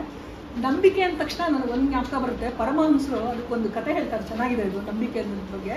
ವಿಭೀಷಣನ ಹತ್ರ ಒಬ್ಬ ಮನುಷ್ಯ ಸಿಕ್ಕಾಕೊಳ್ತಾನೆ. ಬಂದ್ಬಿಟ್ಟು, ನೋಡಪ್ಪ ನಾನು ಈ ಸಮುದ್ರ ದಾಟಿ ಭೂಶಿರಕ್ಕೆ ಹೋಗಬೇಕಾಗಿದೆ, ನನಗೆ ನಾವಿಕನೂ ಯಾರು ಸಿಗ್ತಾ ಇಲ್ಲ, ಸಮುದ್ರ ದಾಟಬೇಕು, ನಾನೇನು ಮಾಡಲಿ ಅಂತ. ಆಗ ವಿಭೀಷಣ ಹೇಳ್ತಾನೆ, ಏನು ಯೋಚನೆ ಮಾಡಬೇಡ, ನನ್ನ ಹತ್ರ ಒಂದು ಪವಿತ್ರ ವಸ್ತು ಇದೆ, ನೀನು ಪಂಚೆ ತುದಿಗೆ ನಾನು ಕಟ್ತೀನಿ, ನೀನು ನೀನು ಅದನ್ನ ಆರಾಮಾಗಿ ನಡ್ಕೊಂಡು ಹೋಗ್ಬೋದು. ಆದರೆ ಒಂದು ಮಾತ್ರ ಸತ್ಯ, ನೀನು ಆ ಶವರ್ಗೆ ರೀಚ್ ಆದ್ಮೇಲೆ ಅದನ್ನ ತೆಗೆದು ನೋಡಬೇಕು, ಮಧ್ಯದಲ್ಲಿ ನೀನು ನೋಡಬಾರ್ದು ಅಂತ ಹೇಳ್ತಾನೆ. ಆಯಿತು ಅಂತ ಹೇಳ್ಬಿಟ್ಟು ಕಟ್ತಾರೆ, ಹೋಗ್ತಾ ಇರ್ತಾನೆ. ಇವ್ನಿಗೆ ಆಶ್ಚರ್ಯ, ಆ ಕಡೆ ಈ ಕಡೆ ಎಲ್ಲ ನೀರಿದೆ, ಮಧ್ಯದಲ್ಲಿ ನದಿ ಭೂಮಿ ಇದೆ, ನಡ್ಕೊಂಡು ಹೋಗ್ತಾ ಇದ್ದಾನೆ. ಸಮುದ್ರ ಮಧ್ಯದಲ್ಲಿ ಬಂದಾಗ ಅನಿಸ್ತು, ಅಯ್ಯೋ ಎಂಥ ಪವಿತ್ರ ವಸ್ತುನ ವಿಭೀಷಣ ನನ್ನ ಪಂಚತುದಿ ಕಟ್ಟಿದ್ದಾನೆ, ನಾನು ನೋಡ್ಬೇಕಲ್ಲ ಅಂತ ಹೇಳ್ಬಿಟ್ಟು ಬಿಚ್ಚಿ ನೋಡೇ ಬಿಡ್ತಾನೆ. ನೋಡಿದ್ರೆ ಅದರಲ್ಲಿ ಒಂದು ಎಲೆನಲ್ಲಿ ಶ್ರೀರಾಮ ಅಂತ ಬರೆದಿರುತ್ತೆ. ಓ ಇಷ್ಟೇನಾ ಅಂತಾನೆ. ತಕ್ಷಣ ಸಮುದ್ರದಲ್ಲಿ ಮುಳುಗೋಗ್ತಾನೆ. ಸೊ ಶ್ರದ್ಧೆ ಇದ್ದರೆ ಸರಿ, ಇಲ್ಲದೆ ಇದ್ದರೆ ಮುಳುಗೋಗ್ತೀವಿ ಅಂತ. ಸೊ ಶ್ರದ್ಧೆಯಿಂದನೇ ಯಾವುದನ್ನು ನಾವು ಪಠಣ ಮಾಡಿದ್ರೆ ಇದೆಲ್ಲ ಸರಿ ಹೋಗುತ್ತೆ ಅಂತ. ಈಗ ಒಂದೊಂದು ಶ್ಲೋಕಗಳನ್ನು ನೋಡ್ತೀನಿ. ನಾನು ಮೊದಲು ಈಗ ಏನು ಮಾಡ್ತೀನಿ, ಶ್ಲೋಕಗಳನ್ನು ಓದಿ ನಿಮಗೆ ಅದರ ಅರ್ಥ ಮತ್ತು ಅದರ ಇದರಲ್ಲಿ ಸುಂದರಕಾಂಡದಲ್ಲಿ ಯಾವ ಸಂದರ್ಭದಲ್ಲಿ ಬರುತ್ತೆ ಅಂತ ಹೇಳ್ತೀನಿ. ಅದಾದಮೇಲೆ ಇದಕ್ಕೆ ಪರ್ಟಿಕ್ಯುಲರ್ ಯಾವ ಗ್ರಹ, ಅದಕ್ಕೆ ಸಂಬಂಧಪಟ್ಟ ರತ್ನಗಳು, ಅದಕ್ಕೆ ಸಂಬಂಧಪಟ್ಟ ಒಂದು ಫಲಶ್ರುತಿಯನ್ನು ಹೇಳ್ತೀನಿ. ಸೊ ಫಸ್ಟ್ ಶ್ಲೋಕ ಸ್ಟಾರ್ಟ್ ಮಾಡ್ತಾ ಇದ್ದೀನಿ. ತಥೋ ರಾವಣ ನೀತಾಯಾಃ ಸೀತಾಯಾ ಶತ್ರುಕರ್ಷಣಃ ಈಯೇಷ ಪದಮನ್ವೇಷ್ಟುಂ ಚಾರಣಾಚರಿತೆ ಪತಿ. ಇದು ಸುಂದರಕಾಂಡದ ಪ್ರಥಮ ಸರ್ಗದ ಪ್ರಥಮ ಶ್ಲೋಕ. ಇದರ ಅರ್ಥ, ಅನಂತರ ಶತ್ರು ಸಂಹಾರಕನಾದ ಹನುಮಂತನು ರಾವಣನಿಂದ ಅಪಹರಿಸಲ್ಪಟ್ಟ ಸೀತಾದೇವಿ ಇದ್ದ ಸ್ಥಳವನ್ನು ಹುಡುಕುವುದಕ್ಕಾಗಿ ಆಕಾಶ ಮಾರ್ಗದಲ್ಲಿ ಪ್ರಯಾಣ ಮಾಡಬೇಕೆಂದು ಉದ್ದೇಶಿಸಿದನು ಅಂತ. ನಿಮಗೆಲ್ಲ ಗೊತ್ತಿದೆ, ಕಿಷ್ಕಿಂಧ ಕಾಂಡದ ಕೊನೆಯಲ್ಲಿ ಎಲ್ಲರೂ ಹೇಳ್ತಾರೆ, ಅಯ್ಯೋ ಸಮುದ್ರ ಹಾರ್ಬೇಕು, ಹಿಂಗೆ ಹೋಗೋದು, ನಾನು 90 ಯೋಜನೆ ಹಾಕ್ತೀನಿ, ನಾನು 100 ಯೋಜನೆ ಹಾಕ್ತೀನಿ, ಮತ್ತೆ ಈ ಕಡೆ ಬರಲ್ಲ ಅಂತ. ಅವಾಗ ಜಾಂಬವತ ಹೇಳ್ತಾನೆ, ನೋಡಿ ನಮ್ಮ ಆಂಜನೇಯ ಇದಾರಲ್ಲ, ಅವ್ರು ಹೇಳಿದ್ರೆ ಅವ್ರು ಹೋಗಿ ಬರ್ತಾರೆ. ಆದರೆ ಅವ್ನಿಗೊಂದು ಶಾಪ ಇದೆ. ಚಿಕ್ಕ ವಯಸ್ಸಲ್ಲೇ ಬಾಲ್ಯದಲ್ಲೇ ಅವನು ಮಗು ಇದ್ದಾಗಲೇ ಸೂರ್ಯ ನೋಡ್ಬಿಟ್ಟು ಹಣ್ಣು ಅಂತ ತಿನ್ನಕ್ಕೆ ಹೋದವನು. ಅವ್ನು ಭಾಳ ಶಕ್ತಿ ಜಾಸ್ತಿ ಇತ್ತು. ಹಾಗಾಗಿ ಋಷಿಗಳಿಗೆಲ್ಲ ತುಂಬ ಕಷ್ಟ ಕೊಡ್ತಾ ಇದ್ರು. ಅವಾಗ ಋಷಿಗಳು ಹೇಳ್ತಾರೆ, ನಿನ್ನ ಶಕ್ತಿ ನಿನ್ಗೆ ಇನ್ನೊಬ್ರು ಹೇಳೋವರೆಗೂ ನಿಂಗೆ ಗೊತ್ತಾಗದೇ ಇರಲಿ ಅಂತ ಶಾಪ ಕೊಟ್ಬಿಟ್ಟಿದ್ದಾರೆ. ಹಾಗಾಗಿ ಆಂಜನೇಯಂಗೆ ಹೇಳಿದ್ರೆ ಅವನು ಈ ಕೆಲಸ ಮಾಡ್ಕೊಡ್ತಾನೆ ಅಂತ ಹೇಳ್ಬಿಟ್ಟು ಆಂಜನೇಯಂಗೆ ಹೇಳ್ತಾರೆ. ಅವಾಗ ಆಯಿತು, ನಾನು ಹೊರಡ್ತೀನಿ, ಏನು ಯೋಚನೆ ಮಾಡಬೇಡಿ, ನಾನು ಹೋಗಿ ಸೀತೆಯನ್ನು ಕಂಡು ಬರ್ತೀನಿ ಅಂತ ಹೇಳ್ಬಿಟ್ಟು ಹೋಗ್ತಾರೆ. ಸರಿ, ಮಹೇಂದ್ರ ಪರ್ವತದ ಮೇಲೆ ನಿಂತ್ಕೊಳ್ತಾರೆ. ನಿಂತ್ಕೊಂಡು ಸೀತಾದೇವಿಯನ್ನು ಕಂಡು ಬರ್ತೀನಿ ಅಂತ ಹೇಳ್ಬಿಟ್ಟು ಹಾರಕ್ಕೆ ಫ್ಲೈಟ್ ಮೋಡಲ್ಲಿ ಅವ್ರ ದೇಹನ ಎಷ್ಟು ಇದು ಬೇಕೋ ಅದನ್ನು ಮಾಡ್ಕೊಂಡು ಹಾರಕ್ಕೆ ಶುರು ಮಾಡ್ತಾರೆ. ಒಂದು ಒಳ್ಳೆ ಕಾರ್ಯಕ್ಕೆ 108 ವಿಘ್ನಗಳು ಅನ್ನೋ ಥರ ಅವ್ರು ಹಾರಕ್ಕೆ ಶುರು ಮಾಡ್ತಿದ್ದಂಗೆ ಮೈನಾಕ ಪರ್ವತ ಬಂದು ಎದ್ದೇಳುತ್ತೆ. ಎದ್ಬಿಟ್ಟು ಅಪ್ಪ ಅಂತ ಹೇಳುತ್ತೆ, ಅಯ್ಯೋ ನೀನು ಯಾರಪ್ಪ? ನಾನು ನಿನ್ನ ತಂದೆ ಸ್ನೇಹಿತ. ಏನೋ ಹಿಂದೆ ಪರ್ವತಗಳಿಗೆಲ್ಲ ರೆಕ್ಕೆ ಇರ್ತಿತ್ತು, ಇಂದ್ರ ಎಲ್ಲ ಇದ್ದಕ್ಕಿದ್ದಂಗೆ ಬಂದ್ಬಿಟ್ಟು ಬಂದು ನಿಂತ್ಕೊಂಡ್ಬಿಡ್ತಿದ್ದಂತೆ. ಯಾವುದು ಪರ್ವತಗಳೆಲ್ಲ ಬಂದ್ಬಿಟ್ಟು ರೋಡಲ್ಲಿ ನಿಂತ್ಕೊಂಡ್ಬಿಡ್ತಿದ್ದಂತೆ. ಭಾಳ ತೊಂದರೆ ಆಗ್ತಿತ್ತು ಜನಗಳಿಗೆ. ಆಗ ಇಂದ್ರ ಏನು ಮಾಡ್ದ, ಎಲ್ಲ ರೆಕ್ಕೆಗಳನ್ನೂ ಕಟ್ ಮಾಡೋಕ್ಕೆ ಶುರು ಮಾಡ್ದ. ಅವಾಗ ನಿಮ್ಮ ತಂದೆ ಆದವನು ನನ್ನ ಅಲ್ಲಿಂದ ಬೀಸ್ಕೊಂಡು ಬಂದು ಜೋರಾಗಿ ಸಮುದ್ರದಲ್ಲಿ ಮುಳುಗಿಸ್ಬಿಟ್ಟ. ಹಾಗಾಗಿ ನೀನು ನನ್ನ ಆತಿಥ್ಯವನ್ನು ಸ್ವೀಕರಿಸಬೇಕು. ಒಂದು. ಎರಡನೇದು, ಇಲ್ಲಿ ಸಮುದ್ರ ಇದೆಯಲ್ಲ, ನಿಮ್ಮ ರಾಮನ ಪುರಾತನರು ಸಗರ ಚಕ್ರವರ್ತಿ ಅಂತ ಹೇಳ್ಬಿಟ್ಟು ಅವರು ಸಮುದ್ರವನ್ನು ಭಾಳ ಅಭಿವೃದ್ಧಿ ಪಡಿಸಿದ್ದಾರೆ. ಅದಕ್ಕೆ ಸಾಗರ ಅಂತ ಹೆಸರು ಬಂತು. ಹಾಗಾಗಿ ಸಮುದ್ರರಾಜನು ಹೇಳಿದ್ದಾನೆ ನನಗೆ, ಬಾ ನಾವು ರಾಮನ ಕಾರ್ಯಕ್ಕೆ ಹೋಗ್ತಾ ಇದ್ದೇನೆ, ಒಂದು ಸ್ವಲ್ಪ ಆತಿಥ್ಯ ಕೊಡೋಣ ಅಂತ ಹೇಳ್ಬಿಟ್ಟು. ಹಾಗಾಗಿ ನಮ್ಮ ಫಲ ಇದನ್ನೆಲ್ಲ ನೀವು ಸ್ವೀಕರಿಸ್ಬಿಟ್ಟು ಹೋಗಬೇಕು ಅಂತ. ಅಪ್ಪ ನಿನ್ನ ಮಾತು ಕೇಳ್ಬಿಟ್ಟೆ ನನಗೆ ಆತಿಥ್ಯ ಸ್ವೀಕಾರ ಆದಂಗಿದೆ, ನಾನು ರಾಮ ಕಾರ್ಯಕ್ಕೆ ಹೋಗಬೇಕಾಗಿದೆ, ನನಗೆ ಸಮಯ ಇಲ್ಲ ಅಂತ ಹೇಳ್ಬಿಟ್ಟು ಮೈನಾ ಪರ್ವತನ ಹಾಗೆ ಸೌದು ಮುಂದೆ ಹೋಗ್ತಾರೆ. ಮುಂದೆ ಹೋದಾಗ ಅಲ್ಲೇನಾಗುತ್ತೆ, ಸುರಸೆ ಅಂತ ಒಬ್ಬ ದೇವಕನ್ಯೆ, ಅವಳನ್ನ ದೇವತೆಗಳು ಕರೆಸ್ತಾರೆ. ಹನುಮಂತ ಎಷ್ಟು ದೃಢ ಸಂಕಲ್ಪವನಾಗಿದ್ದಾನೆ ರಾಮ ಕಾರ್ಯದಲ್ಲಿ, ಪರೀಕ್ಷಿಸ್ಕೊಂಡು ಬಾ ಅಂತೇಳಿ. ಅವಳೇನು ಮಾಡ್ತಾಳೆ, ದೊಡ್ಡದಾಗಿ ದಾರಿನಲ್ಲಿ ಅಡ್ಡವಾಗಿ ನಿಂತಾಳೆ. ರಾಕ್ಷಸಿ ರೂಪದಲ್ಲಿ ನಿಂತಾಳೆ. ಆಮೇಲೆ ನೀನು ಯಾರಮ್ಮ ಅಂತ ನೋಡು, ನನಗೆ ನಿನ್ನನ್ನು ದೇವತೆಗಳು ಆಹಾರವಾಗಿ ಕಳಿಸಿದ್ದಾರೆ, ಅದರಿಂದ ನೀನು ನನ್ನ ಬಾಯನ್ನು ಪ್ರವೇಶಿಸು ಅಂತ ಹೇಳ್ತಾಳೆ. ಅವಾಗ ಹೇಳ್ತಾನಲ್ಲಮ್ಮ, ನಾನು ರಾಮ ಕಾರ್ಯಕ್ಕೆ ಹೋಗಬೇಕಾಗಿದೆ, ಅಲ್ಲಿ ಸೀತೆ ಹಿಂಗಿದ್ದವಳು ನೋಡಿಕೊಂಡು ರಾಮಂಗೆ ಬಂದು ಹೇಳಿ ಆಮೇಲೆ ನೀನು ಬರ್ತೀನಿ, ಬಾಯನ್ನು ಪ್ರವೇಶಿಸ್ತೀನಿ. ನನಗೆ ಅದೆಲ್ಲ ಸಮಯ ಇಲ್ಲ, ನಾನು ಬ್ರಹ್ಮದೇವ ವರ ಕೊಟ್ಟಿದ್ದಾನೆ, ನೀನು ಪ್ರವೇಶಿಸು ಅಂತ ಹೇಳ್ತಾಳೆ. ಅವಾಗ ಹೌದಾ, ಹಾಗಾದರೆ ನನ್ನನ್ನು ನುಂಗುವಷ್ಟು ನೀನು ಬಾಯಿ ತೆರೆ ಅಂತ ಹೇಳ್ಬಿಟ್ಟು ಅವರು 10 ಯೋಜನ ಬೆಳೀತಾರೆ. ಅವಳು ಇವಳು ಯಾರು ಸುರಸೆ 20 ಯೋಜನ ಬಾಯಿ ತೆಗಿತಾಳೆ. ಈ ಥರ ಇದ್ರೆ ಆಗಲ್ಲ ಅಂದ್ಬಿಟ್ಟು ಅವರು ಹೆಬ್ಬೆಟ್ಟಿನಷ್ಟು ಚಿಕ್ಕದಾಗಿ ಶರೀರನ ಮಾಡ್ಕೊಂಡು ಅವಳು ಬಾಯಿಯೊಳಗೆ ಹೊಕ್ಕು ಹೊರಗಡೆ ಬಂದ್ಬಿಟ್ಟು, ದಾಕ್ಷಾಯಿಣಿ ನಮೋಸ್ತುತೆ, ನಾನು ಹೊಕ್ಕು ಬಂದಿದ್ದೀನಮ್ಮ ನಿಮ್ಮ ಬಾಯಿಗೆ ಅಂತ ಹೇಳ್ತಾರೆ. ಅವಾಗ ಅವಳು ಹೇಳ್ತಾರೆ, ನೋಡಪ್ಪ ನನ್ನ ದೇವತೆಗಳು ಪರೀಕ್ಷೆ ಮಾಡೋಕ್ಕೆ ಕಳಿಸಿರೋದು ನಿಂದಷ್ಟೇ, ನೀನು ಸೀತೆನ ರಾಮನ ಜೊತೆ ಸೇರಿಸಿ ಮಾಡೋ ನಿನ್ನ ಕೆಲಸ ನಿರ್ವಿಘ್ನವಾಗಿ ಆಗಲಿ ಅಂತ ಹರಿಸಿ ಕಳಿಸ್ತಾಳೆ. ಸರಿ, ಸ್ವಲ್ಪ ದಿನ ಹಿಂಗೆ ಹೋಗ್ತಾ ಇರ್ತಾನೆ. ಅಲ್ಲಿ ತನ್ನ ಸ್ಪೀಡ್ ಏನೋ ಬ್ರೇಕ್ ಆಗ್ತಾ ಇದ್ದಂಗೆ ಅನಿಸುತ್ತೆ ಅವನಿಗೆ. ಅಲ್ಲಿ ನೋಡಿದ್ರೆ ಒಬ್ಳು ಸಿಂಹಿಕೆ ಅಂತ ಛಾಯಾಗ್ರಾಹಿ, ಅವಳು ಇವ್ನು ನೆರಳು ನೀಡಿ ಎಳಿತಿರ್ತಾಳೆ, ಇವಳು ಬರ್ತಾ ಇರ್ತಾಳೆ. ಅವಾಗ ಅಂದ್ಕೊಳ್ತಾನೆ, ಓ ಸುಗ್ರೀವ ಹೇಳಿದ ಇವಳೇನಾ ಇವಳು ನೆರಳನ್ನು ಹಿಡಿಯೋ ಭೂತ ಇವಳೇನಾ, ಸರಿ ಅಂತ ಹೇಳ್ಬಿಟ್ಟು ಅವ್ನ ದೇಹನ ಚಿಕ್ಕದು ಮಾಡ್ಕೊಂಡು ಅವ್ಳು ಬಾಯೊಳಗೆ ಹೊಕ್ಕಿ ಅವಳು ಮರ್ಮಸ್ಥಳನ ಉಗ್ರಿಂದ ಪರ್ಚಿ ಹೊರಗಡೆ ಬಂದು ಅವಳು ಅಷ್ಟೊತ್ತಿಗೆ ಸತ್ತೋಗ್ತಾಳೆ. ಎದೆ ಹೊಡೆದು ಅವಳು ಸತ್ತೋಗ್ತಾಳೆ. ಮೇಲೆ ಬರ್ತಾನೆ. ಮೇಲೆ ಬಂದ ತಕ್ಷಣ ಅಲ್ಲಿ ದೇವತೆಗಳೆಲ್ಲ ಇವನ್ನ ಪ್ರೈಸ್ ಮಾಡ್ತಾರೆ. ಏನಂತ ಮಾಡ್ತಾರೆ? ಅವ್ರಿಗೆ ಸ್ತೋತ್ರ ಮಾಡ್ತಾರೆ. ಯಸ್ಯ ತ್ವೇತಾನಿ ಚತ್ವಾರಿ ವಾನರೇಂದ್ರ ಯಥಾತವ ಸ್ಮೃತಿರ್ಮತಿ ದುತಿದ್ದಾಕ್ಷ ಸಕರ್ಮಸು ನಸೀದತಿ ಅಂತ. ವಾನರೋತ್ತಮ, ನೀನು ಮಾಡಿದ ಕೆಲಸ ಅಸಾಧಾರಣವಾದುದು. ಈ ಭಯಂಕರ ಭೂತವನ್ನು ಕೊಂದು ಹಾಕಿದೆ. ನಿನ್ನ ಕಾರ್ಯವು ನಿರ್ವಿಘ್ನವಾಗಿ ನೆರವೇರಲಿ. ನಿನಗಿರುವ ಸಮಯ ಸ್ಫೂರ್ತಿ, ಧೈರ್ಯ, ವಿವೇಕ, ದಕ್ಷತೆಗಳು ಇರುವವನಿಗೆ ಅಪಜಯ ಎಂಬುದೇ ಇಲ್ಲ ಅಂತ ಕೊಂಡಾಡ್ತಾರೆ ಅವರು. ಆಯಿತು, ಅವನು ಅಲ್ಲಿಂದ ಬಂದ, ತ್ರಿಕೂಟ ಬಂದಾಗ ಅಲ್ಲಿ ಲ್ಯಾಂಡ್ ಆಗ, ಸರಿ ರಾತ್ರಿ ಆಯಿತು, ಇವಾಗ ಈಗ ಬೇಡ, ನಾನು ರಾತ್ರಿ ಹೊತ್ತು ಹೋಗೋಣ. ಏಕೆಂತಂದರೆ ಶತ್ರು ದೇಶಕ್ಕೆ ಹೋಗುವಾಗ ನಾವು ರಾತ್ರಿನಲ್ಲಿ ಹೋಗ್ಬಿಟ್ಟಾಗ ನನಗೆ ಯಾರಿಗೂ ಗೊತ್ತಾಗಲ್ಲ ಅಂತ ಹೇಳ್ಬಿಟ್ಟು ಮೆತ್ತಿಗೆ ಚಿಕ್ಕದಾಗಿ ದೇಹ ಮಾಡ್ಕೊಂಡು ಹೋಗ್ತಾರೆ. ಅದು ನೋಡಿದ್ರೆ ಲಂಕಿನೇ ನಿಂತಿರ್ತಾಳೆ. ಸರಿ, ಅವಳು ಯಾರು ನೀನು ಅಂತ ಹೇಳ್ತಾಳೆ. ನೋಡಮ್ಮ, ನಾನು ಏನೋ ಲಂಕೆ ಸುಂದರ ನಗರ ಅಂತಂದ್ರು, ನೋಡ್ಕೊಂಬರೋಣ ಅಂತ ಬಂದೆ ಅಷ್ಟೇ, ಇನ್ನೇನಿಲ್ಲ ಅಂತ. ಇಲ್ಲ, ನೀನು ನನ್ನ ಇದು ಅಪ್ಪಣೆ ಮೀರಿ ನೀವು ಒಳಗೆ ಪ್ರವೇಶ ಮಾಡೋಂಗಿಲ್ಲ, ನಾನು ಇಲ್ಲಿ ಗ್ರಾಮ ದೇವತೆ ಅಂತ ಅವಳು ಒಂದು ಹೊಡಿತಾಳೆ ಆಂಜನೇಯಗೆ. ಅವನೇನು ಮಾಡ್ತಾನೆ, ಪಾಪ ಲೇಡಿ ಇವ್ರು ತಡ್ಕೊಳ್ತಾಳ ಇದು ಅಂದ್ಬಿಟ್ಟು ಎಡಗೈ ಇದ್ರಿಂದ ಸುಮ್ಮನೆ ಹಿಂಗೆ ಅಂತಾನೆ, ಅವಳು ಬಿದ್ದೋಗ್ಬಿಡ್ತಾಳೆ. ಆವಾಗ ಅವಳು ಹೇಳ್ತಾಳೆ, ನೋಡು, ನನಗೆ ಬ್ರಹ್ಮ ಒಂದ್ಸಲ ಹೇಳಿದ್ದ, ಯಾವಾಗ ಒಬ್ಬ ವಾನರ ಬಂದು ನೀನು ಸೋಲಿಸ್ತಾನೋ ಆಗ ಲಂಕೆಗೆ ಇನ್ನು ಅವನತಿ ಶುರುವಾಯಿತು, ರಾವಣಿಗೆ ಅವನತಿ ಶುರುವಾಯಿತು ಅಂತಲೇ ಹೇಳಿದ್ದ. ನೀನು ಬಹುಶಃ ಸೀತೆ ನೋಡ್ಕೊಂಡು ಬಂದಿದ್ಯಾ ಅಂತ ಅನಿಸುತ್ತೆ, ನಿನ್ನ ಕೆಲಸ ನಿರ್ವಿಘ್ನವಾಗಿ ನೀನು ಮಾಡ್ಕೊ ಹೋಗು, ಆದ್ದರಿಂದ ನಾನು ನಿನಗೇನು ಅಡ್ಡಿ ಬರಲ್ಲ ಅಂತ ಹೇಳ್ಬಿಟ್ಟು ಅವಳು ಬಿಡ್ತಾಳೆ. ಸರಿ, ಇವನು ಬರ್ತಾನೆ ಎಲ್ಲ ಇಡೀ ಲಂಕೆನ ಭೂಮಿ ಫುಲ್ಲು ಹುಡುಕ್ತಾನೆ, ಎಲ್ಲೂ ಸೀತೆ ಕಾಣಿಸಲ್ಲ. ಬೇಜಾರಾಗ್ಬಿಡುತ್ತೆ. ಅಯ್ಯೋ ದೇವರೇ, ನಾನು ಅಷ್ಟು ದೂರ ಹಾರು ಬಂದಲ್ಲ, ಸೀತೆ ಏನಾದರೂ ರಾವಣನ ಜೊತೆ ಬರುವಾಗ ಏನಾದ್ರು ಸಮುದ್ರ ನೋಡಿ ಎದೆ ಹೊಡ್ಕೊಂಡು ಅದು ಭಯ ಪಟ್ಕೊಂಡು ಸತ್ತೋಗ್ಬಿಟ್ಲಾ, ಇಲ್ಲ ಇಲ್ಲಿ ಬಂದರೆ ಸವತೀರಲ್ಲಿ ಏನಾದ್ರು ಸಾಯಿಸ್ಬಿಟ್ರಾ, ಅಥವಾ ಅವಳು ರಾವಣನಿಂದ ಬಿಡಿಸ್ಕೊಳ್ಬೇಕಾದ್ರೆ ಏನಾದರೂ ಸಮುದ್ರದಲ್ಲಿ ಬಿದ್ದೋಗ್ಬಿಟ್ಲಾ. ಈಗ ಸೀತೆ ಇಲ್ಲ, ನಾನು ಇದನ್ನ ಹೋಗ್ಬಿಟ್ಟು ನಾನು ರಾಮನಿಗೆ ನಾನು ಏನಂತ ಹೇಳಿ ಇಷ್ಟೆಲ್ಲ ಬಂದ್ಬಿಟ್ಟು ಸೀತೆ ಇಲ್ಲ ಅಂತಂದರೆ ಅವನು ಎದೆ ಹೊಡ್ಕೊಂಡು ಸಾಯ್ತಾನೆ, ಲಕ್ಷ್ಮಣನೂ ಹೋಗ್ತಾನೆ, ಆಮೇಲೆ ಭರತ, ಶತ್ರುಘ್ನ, ಕೌಸಲ್ಯ ಅವ ಕಡೆ ಹೋಗ್ತಾನೆ, ಈ ಕಡೆ ಸುಗ್ರೀವ ಇರ್ತಾನೆ, ಅವನು ಹೋಗ್ತಾನೆ. ಸೊ ಈಗ ಎರಡೆರಡು ವಂಶನೂ ನಾಶ ಆಗ್ಬಿಡುತ್ತೆ. ನಾನು ವಾಪಸ್ ಹೋಗ್ಬಿಟ್ಟಿಲ್ಲ ಅಂತ ಹೇಳಿದ್ರೆ ಈಗ ಒಂದು ಕೆಲಸ ಮಾಡ್ತೀನಿ, ನಾನು ಈ ಸಮುದ್ರದಲ್ಲೇ ಪಾಯೋಪವೇಶ ಮಾಡಿಕೊಂಡು ನಾನು ಹಿಂಗೆ ಹೋಗೋದೇ ಇಲ್ಲ, ನಾನು ಹೋಗದೇ ಇದ್ದರೆ ಅವ್ರು ಅನ್ಕೊಳ್ತಾರೆ ಇವತ್ತೆಲ್ಲ ನಾಳೆ ಬರ್ತಾನೆ ಅಂದ್ಕೊಂಡು ಕಾಯ್ಕೊಂಡು ಕೂತಿರ್ತಾರೆ ಅಂತ ಯೋಚನೆ ಮಾಡ್ತಾನೆ. ಡಿಪ್ರೆಷನ್ಗೆ ಹೋಗ್ಬಿಡ್ತಾನೆ ಹನುಮಂತ. ಆಮೇಲೆ ಅನ್ಕೊಳ್ತಾನೆ, ಬೇಡ ಬೇಡ, ಆತ್ಮಹತ್ಯೆ ಮಹಾಪಾಪ, ನೋಡೋಣ ಇರು ಅಂತ ಹೇಳ್ಬಿಟ್ಟು ಯೋಚನೆ ಮಾಡಿಬಿಟ್ಟು ಉತ್ಸಾಹ ಕಳ್ಕೋಬಾರ್ದು ಜೀವನದಲ್ಲಿ ಯಾವತ್ತು ಅಂತೇಳಿ ಈ ಶ್ಲೋಕನ ಹೇಳ್ಕೊಳ್ತಾನೆ.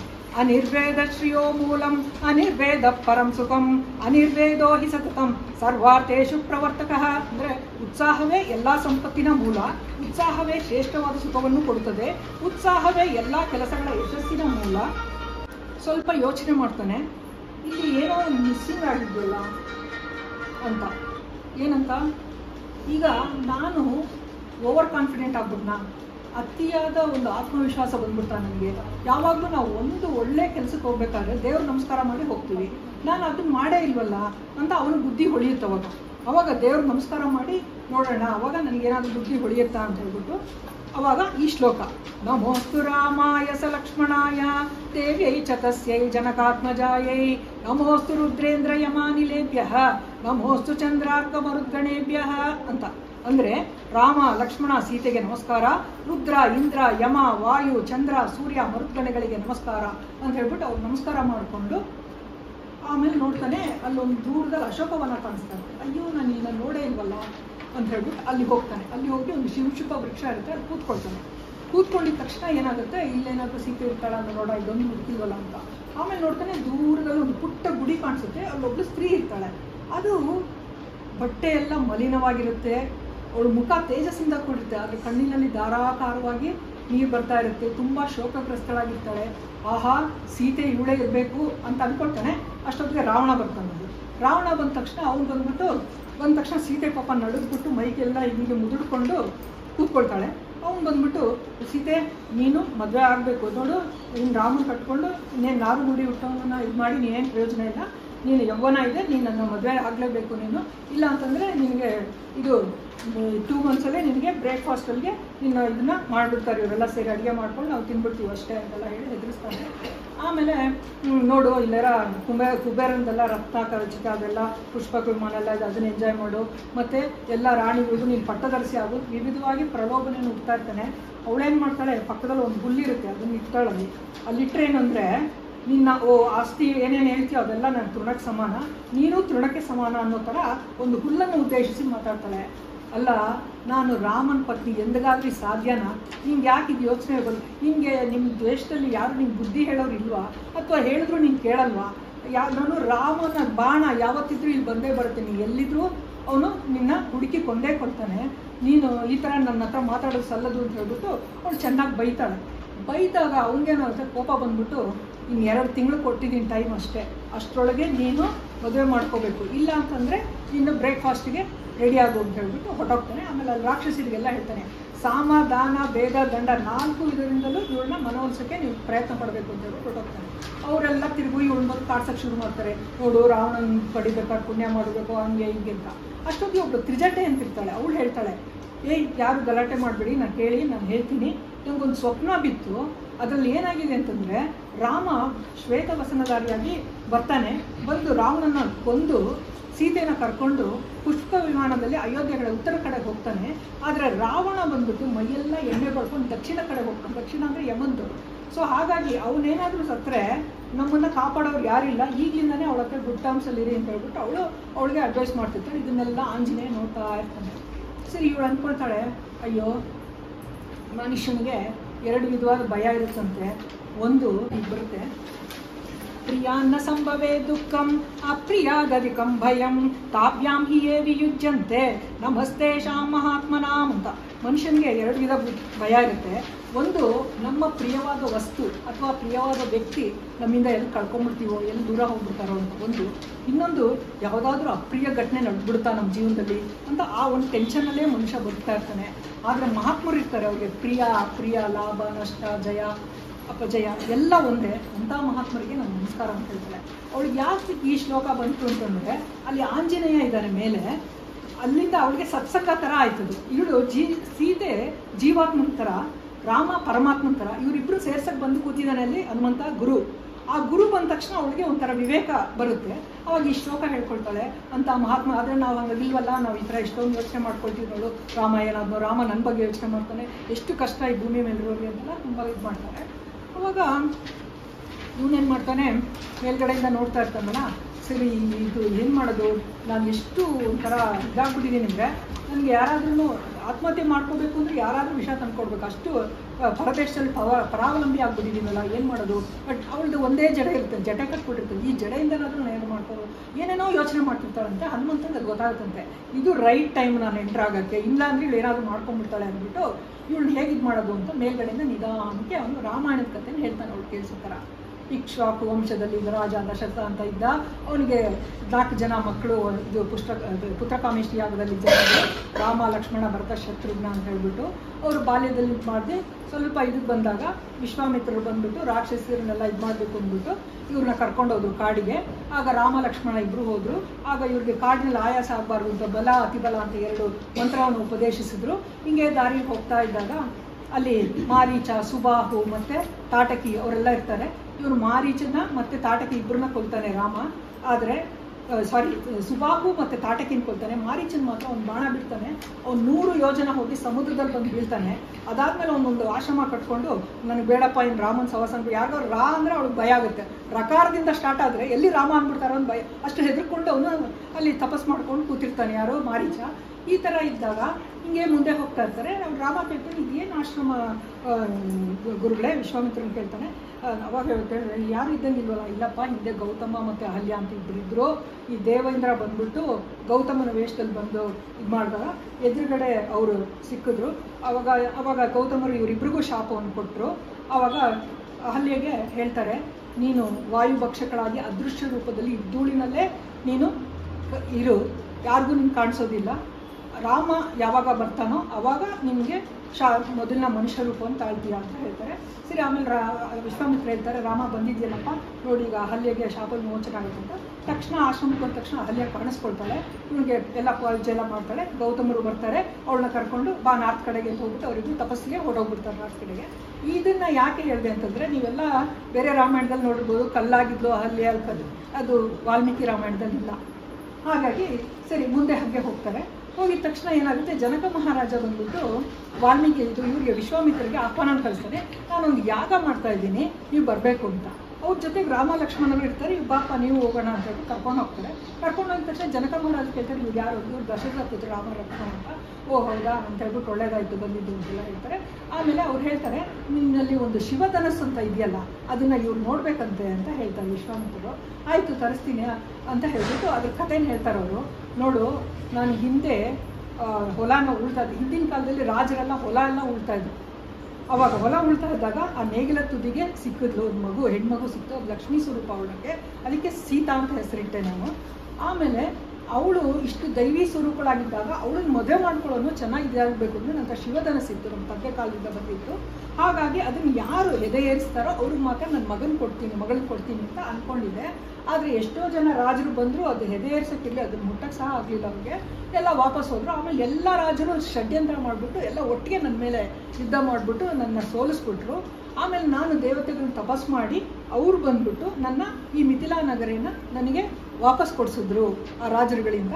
ಈ ಸ್ಟೋರಿ ಇದು ಅಂತ. ಅಷ್ಟೊತ್ತಿಗೆ 5,000 ಜನ ಸೇರಿಕೊಂಡು 8 ಚಕ್ರದ ಗಾಲಿನಲ್ಲಿ ಆ ಇದನ್ನು ತರ್ತಾರೆ, ಶಿವಧನಸ್ಸನ್ನು ತರ್ತಾರೆ. ತಂದಾಗ ಎಲ್ಲರೂ ಸಭಾ ಸದಸ್ಯರೆಲ್ಲ ನಮಸ್ಕಾರ ಮಾಡ್ತಾರೆ. ಅದಕ್ಕೆ ನಮಸ್ಕಾರ ಮಾಡಿದಾಗ ಇದೇಪ್ಪ ಶಿವಧನಸ್ಸು ಅಂತ. ವಿಶ್ವಾಮಿತ್ರ ಹೇಳ್ತಾರೆ, ರಾಮ ನೋಡು ಅಂತ ಹೇಳ್ತಾರೆ ಅಷ್ಟೇ. ನೀನು ಧನುಸ್ಸನ್ನು ನೋಡು ಅಂತ ಹೇಳ್ತಾರೆ. ವತ್ಸರಾಮ ಧನು ಪಶ್ಯ ಅಂತ ಹೇಳ್ತಾರೆ ಅಷ್ಟೇ. ಅದು ನೋಡ್ತಾರೆ. ನೋಡಿದ ತಕ್ಷಣ ಅವ್ರು ಹೇಳ್ತಾರೆ, ಗುರುಗಳೇ ನನ್ನ ಹೆದೆ ಏರಿಸ್ಬೋದಾ? ಖಂಡಿತ ಹೆದೆ ಏರಿಸಪ್ಪ ಅಂತ ಇಬ್ಬರು ಒಟ್ಟಿಗೆ ಹೇಳ್ತಾರೆ, ಜನಕರಾಜ ಮತ್ತು ವಿಶ್ವಾಮಿತ್ರ ಇಬ್ಬರು. ಸರಿ ಹೆದೆ ಏರಿಸ್ತಾ ಇದ್ದ ತಕ್ಷಣ ಒಳ್ಳೆ ಭೂಕಂಪ ಆದಂಗೆ ಸೌಂಡ್ ಬರುತ್ತೆ. ಇಡೀ ಅಲ್ಲಿರೋ ಸಭಾ ಸದಸ್ಯರು ಎಲ್ಲರೂ ಮೂರ್ಛಿತರು ಹೋಗ್ತಾರೆ, ಎಕ್ಸೆಪ್ಟ್ ಜನಕರಾಜ, ರಾಮ ಲಕ್ಷ್ಮಣ ಮತ್ತು ವಿಶ್ವಾಮಿತ್ರ. ಆವಾಗ ಸರಿ ಜನಕ ಮಹಾರಾಜ ಹೇಳ್ತಾನೆ, ನೋಡು ನನ್ನ ಯಾಗ ಇನ್ನೇನು ಸಮಾಪ್ತಿ ಆಗೋದ್ರಲ್ಲಿದೆ, ಅದಾದಮೇಲೆ ಸೀತೆನ ಕೊಟ್ಟು ಮದುವೆ ಮಾಡಿಸ್ತೀನಿ. ಅಷ್ಟೊತ್ತಿಗೆ ನಿಮ್ಮ ತಂದೆ ದಶರಥನೆಲ್ಲ ನಾನು ಕರೆಸ್ತೀನಿ ಅಂದ್ಬಿಟ್ಟು ಈ ಸೈನಿಕರನ್ನೆಲ್ಲ ಕರೆಸಿ ಅವ್ರು ಹೋಗ್ಬಿಟ್ಟು 3 ದಿವಸ ಹೋಗಿ ಅವ್ರನ್ನ ಕರೆದು ಬರೋ ಅಷ್ಟೊಂದು 4 ದಿವಸ ಆಗುತ್ತೆ. ಅಷ್ಟೊತ್ತಿಗೆ ಇಲ್ಲಿ ಯಾಗ ಸಂಪನ್ನ ಆಗುತ್ತೆ, ಮದುವೆ ಆಗುತ್ತೆ, ಸೀತಾಗೆ ಮದುವೆ ಆಗುತ್ತೆ. ಇದು ಯಾಕೆ ಹೇಳಿದೆ ಅಂತ ಹೇಳಿದ್ರೆ, ಇದು ನೀವು ರಾಮಾನಂದ ಸಾಗರ್ ಟಿವಿನಲ್ಲೆಲ್ಲ ಇದನ್ನ ನೋಡೋಕ್ಕಾಗಲ್ಲ. ಇದು ವಾಲ್ಮೀಕಿ ರಾಮಾಯಣದಲ್ಲಿ ಏನಿದೆ ಅದನ್ನು ಮಾತ್ರ ಹೇಳ್ತಾ ಇದ್ದೀನಿ. ಸೊ ಈ ರೀತಿ ರಾಮ ಲಕ್ಷ್ಮಣಗೆ ಇಬ್ಬರಿಗೂ ಮದುವೆ, ಆಮೇಲೆ ಸೀತೆಗೆ ಮದುವೆ ಆಗುತ್ತೆ. ಸರಿ ಅವ್ನು ಹೇಳ್ತಾನೆ, ನೋಡಪ್ಪ ಲಕ್ಷ್ಮಣನಿಗೆ ನನ್ನ ಮಗಳೇ ಒಬ್ಬಿದ್ದಾಳೆ ಊರ್ಮಿಳ ಅಂತ, ನನ್ನ ತಮ್ಮ ಕುಶಧ್ವಜ ಅಂತಿದ್ದಾನೆ, ಅವ್ನು ಮಾಂಡವಿ ಶ್ರುತಕೀರ್ತಿ ಇದ್ದಾರೆ, ಬರದ ಶತ್ರುಘ್ನ ಒಪ್ಪಿಗೆ 4 ಜನಕ್ಕೂ ಒಟ್ಟಿಗೆ ಮದುವೆ ಮಾಡಿಸ್ಕೊಳ್ಳೋಣ. ಆಯಿತು, ಮದುವೆ ಮಾಡಿಸ್ಕೊಂಡು ಬರ್ತಾರೆ.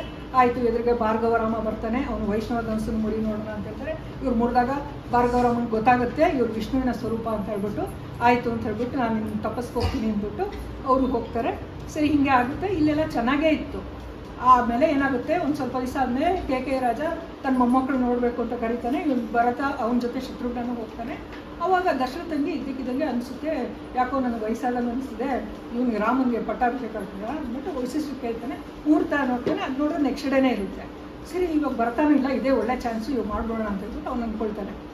ಆಮೇಲೆ ಸರಿ ಅದೇನಾಗುತ್ತೆ, ಅವ್ರ ಮಂತ್ರೆಗಾಗುತ್ತೆ, ಅದೆಲ್ಲ ಆಯಿತು, ಕೈಕೈಯದಾಯಿತು, ಅದೆಲ್ಲ ದುಡ್ಡಿದಾಗುತ್ತೆ. ಇವರು ಕಾಡಿಗೆ ಬರ್ತಾರೆ. ಯಾರು ರಾಮ ಬರ್ತೀನಿ ಅಂತ, ಸೀತೆ ನಾನು ಬರ್ತೀನಿ ಅಂತ ಹೇಳಿ ಲಕ್ಷ್ಮಣ ಎಲ್ಲರೂ ಬರ್ತಾರೆ. ಎಲ್ಲ ಆಯಿತು, ಎಲ್ಲ ಚೆನ್ನಾಗೇ ಇರುತ್ತೆ. ಆದರೆ ಸ್ವಲ್ಪ ದಿವಸ ಆದಮೇಲೆ ಈ ಶೂರ್ಪಣಖಿ ಬರ್ತಾಳೆ. ಬಂದ್ಬಿಟ್ಟು ರಾಮನ ಮದುವೆ ಆಗು ಅಂತಾನೆ. ನಾನು ಬೇಡಮ್ಮ, ನನಗೆ ಹೆಂಡತಿ ಇದ್ದಾಳೆ, ಲಕ್ಷ್ಮಣನ ಕೇಳು ಅಂತಾನೆ. ಈಗ ಅವನಿಗಂತರ ಹೆಂಡತಿ ಇಲ್ಲ ನೋಡೋ ಜೊತೆಗೆ ಅಂತ. ಸರಿ ಇವರಿಬ್ಬರು ಆಟ ಆಡಿಸ್ತಾರೆ ಅಂತ ಗೊತ್ತಿಲ್ಲ. ಕಡೆಗೆ ಸೀತೆ ಇದ್ರೆ ತಾನೇ ನೀವಿಬ್ರು ಹಿಂಗೆ ಆಟ ಆಡಿಸೋದು ಅಂತ ಅವಳು ತಿನ್ನಕ್ಕೆ ಹೋಗ್ತಾಳೆ. ಲಕ್ಷ್ಮಣ ನೋಡು, ಅವ್ನು ನೋಡ್ಕೊ ಒಂಚೂರು ಅಂತ. ಅವನೇನು ಮಾಡ್ತಾನೆ, ಅವ್ಳು ಕಿವಿನ ಮೂಗನ್ನು ಕತ್ತರಿಸಾಕ್ತಾನೆ. ಅವಳೋಗಿ ಕರಸ್ಥಾನಕ್ಕೆ ಹೇಳ್ತಾಳೆ, 14,000 ಜನ ರಾಕ್ಷಸರನ್ನ ಇವ್ನು ಒಟ್ಟನೆ ಸಾಯ್ತಾನೆ. ಎಲ್ಲ ಆಯಿತು. ಆಮೇಲೆ ಅವಳೇನು ಮಾಡ್ತಾಳೆ, ರಾವಣನಿಗೋಗಿ ಹೇಳ್ತಾಳೆ, ನೋಡು ರಾವಣ, ಎಷ್ಟು ಚೆನ್ನಾಗಿದ್ದು ಸೀತೆ, ಅವಳು ನೀನು ತೊಗೊಂಬರ್ಬೇಕು ಅಂತ ಆಸೆಪಟ್ಟೆ, ನೋಡಿದ್ರೆ ಹಿಂಗೆಲ್ಲ ಮಾಡಿಬಿಟ್ರು ನನಗೆ ಅಂತ ಆ ಥರ ಆಗ್ಬಿಡ್ತಾನೆ. ನೀನು ನೋಡ್ಬೇಕು ಅವಳು ಸೌಂದರ್ಯನ ಅಂತ ಆ ಥರ ಹೇಳಿ. ಇವನೇನು ಮಾಡ್ತಾನೆ, ಹಾಗಾದರೆ ಅವಳು ಹೇಗಾದ್ರೂ ಮಾಡಿ ಅಪಹರಿಸ್ಬೇಕು ಅಂತ ಮಾರೀಚನ ಹತ್ರ ಹೋಗ್ತಾನೆ. ಮಾರೀಚನ ಹತ್ರ ಹೋಗ್ಬಿಟ್ಟು ನೀನು ಸ್ವಲ್ಪ ಸಹಾಯ ಮಾಡು. ಅಯ್ಯಯ್ಯೋ, ಅವ್ನು ಚಿಕ್ಕ ಹುಡುಗ, ಅವಾಗಿಂದೂ 16 ವರ್ಷನೂ ಆಗಿರಲಿಲ್ಲ. ಅವಾಗ ನನಗೆ ಹೊಡೆದಿದ್ದು 100 ಕಿಲೋಮೀಟರ್ ಯೋಜಿತದಲ್ಲಿ ಬಿಟ್ಟೆ. ಅವಾಗಿಂದ ರಾ ಅಂದರೆ ಭಯ ಆಗ್ತೀನಿ, ರಾಮ ಅಂತ ಹೇಳ್ಬೋದಿಲ್ಲ, ಇನ್ನೂ ಭಯ ಆಗ್ತಾ ಇದೆ. ನಾನು ಬರಲ್ಲ ಇದಕ್ಕೆಲ್ಲ, ಇದಿಲ್ಲ, ನಿಂಗೆ ಗೊತ್ತಿಲ್ಲ, ನಿಂಗೆ ಯಾರೋ ನಿನಗೆ ಇದು ಶತ್ರುಗಳೇ ನಿನಗೆ ಇದನ್ನು ಅಡ್ವೈಸ್ ಮಾಡಿರೋದು, ದಯವಿಟ್ಟು ಬೇಡ ಅಂತೆಲ್ಲ ಹೇಳ್ತಾನೆ.